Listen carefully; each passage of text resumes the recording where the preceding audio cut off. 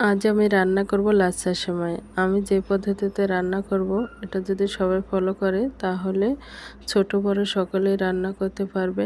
আর এই লাচ্ছা সেমাই রান্না করে ফ্রিজে রেখে ঠান্ডা করে ইফতারের সময় বা সেহরির সময় খেলে মন প্রাণ দুটোই জুড়িয়ে যায়। আমি এখানে 1 প্যাকেট সেমাই রান্না করব। 1 প্যাকেট সেমাইয়ের জন্য নিয়েছি আমি 1 লিটার দুধ। আর এই 1 লিটার দুধ নিলেই 1 প্যাকেট সেমাইয়ের জন্য পারফেক্ট, তার বেশি লাগবে না। এখন দুধটাকে চুলায় দেব জাল করে নেওয়ার জন্য।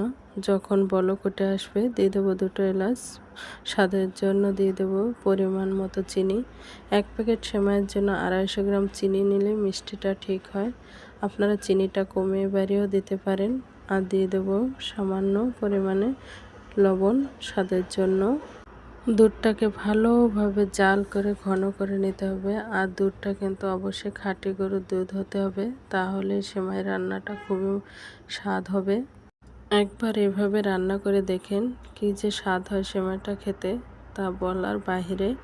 আমি আগে থেকে একটা পাত্রে সেমাইগুলো ঢেলে নিয়েছিলাম। আর চুলা থেকে দুধটা হালকা ঠান্ডা করে তারপর সেমাইয়ের ভেতর ঢেলে দেব। আর সেমাইটা আলতোভাবে নেড়ে দেব যাতে সেমাইটা ভেঙে না যায়, গলে না যায়। কিছুক্ষণ রাখার পরে দেখবেন সেমাইটা পানি টেনে নিয়েছে। আর এই দেখেন সেমাইটা পাতলা হয়নি, বেশি ঘন হয়নি, মিডিয়ামই হয়েছে। কিছু কিশমিশ দিলেই হবে।